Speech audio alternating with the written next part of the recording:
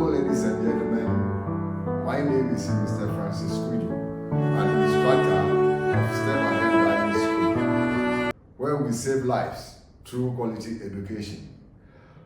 Our topic for the day is what a motor vehicle is. I hope you are going to enjoy it.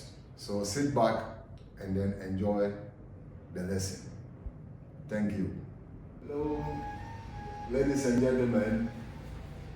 Today we are going to know what a motor vehicle is in our lesson. The first thing is, what is a motor vehicle? The question is, what is a motor vehicle? A motor vehicle is a machine that runs on an engine, has two or more tires, runs on the road, and is driven by one person referred to as a driver or an operator. Examples are a bus, a car, or a truck. The one who drives a car or a bus is known as the driver, but the one who drives a truck, such as an excavator, is known as an operator. The one who drives a forklift is also known as an operator because they handle so many handles to operate those vehicles. So that is that. In these vehicles, we have some components that makes the vehicle a whole vehicle. That is the chassis of the vehicle.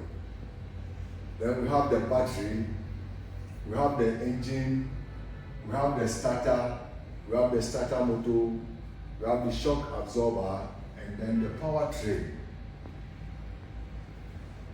Now let's go to them individually. The chassis is the frame or the skeleton of the vehicle without the body. So it is just the frame with a complete engine, everything, but without a body. That is the chassis of the vehicle. Okay. And then the battery. Without the battery, your vehicle is going nowhere. It is the component that supplies power to all the electrical components in the vehicle, including your air conditioning, your wipers, your radio, everything that makes you comfortable in the vehicle. Okay?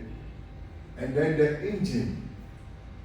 The engine is the heart of the vehicle. So without the engine, your vehicle is no vehicle. It's just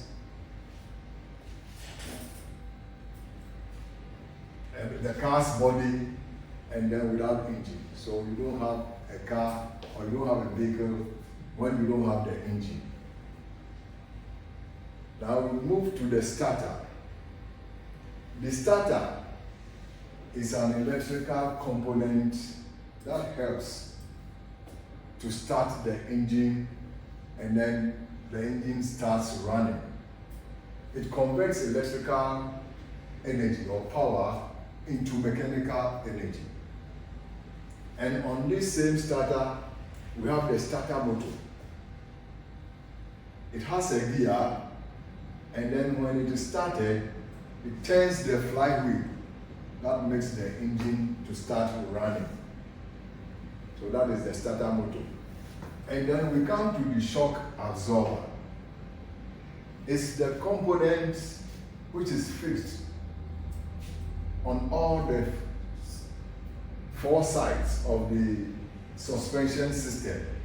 It helps to absorb the shocks when the vehicle runs into a pothole or on a speed bump or a speed ramp, so that the passengers will not feel the up and down rolling of the vehicle.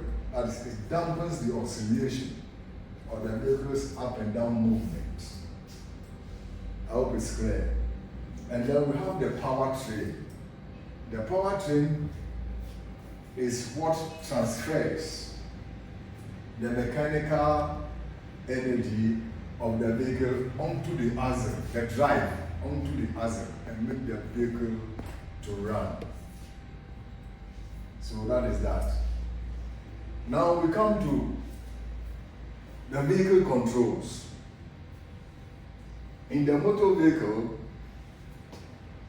we have so many controls that makes the vehicle safe to drive.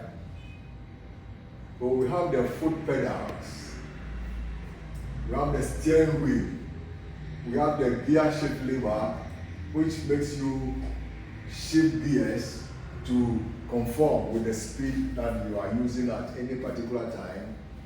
We have the handbrake, parking brake, or the emergency brake, which holds the rear tires in case you stop the vehicle from rolling downwards or backwards when you are parked. Then we have the headlight switch, which is on the left side of the steering wheel. We have the traffic indicator, which is in the same handle on the left side of the steering wheel. We have the hazard switch, which is on the dashboard. It is a red triangular shaped component. That is your hazard switch. And then you have the wiper switch, which is on the right side. We have the horn, siren, or the flashing beacon, which is always in the center of the steering wheel. We have your mirrors, that is the interior one, and then we have the side mirrors. And then most of the modern cars now have blind spot mirrors. We have the ignition switch, which you can either use a key or push to start button. And then we have the demister. And then we have the seat adjuster or the car seat. Now, to adjust it, you, the driver, have to adjust the seat to suit your height so that you can see the road well, and then even the instrument. I come to the end of today's lesson.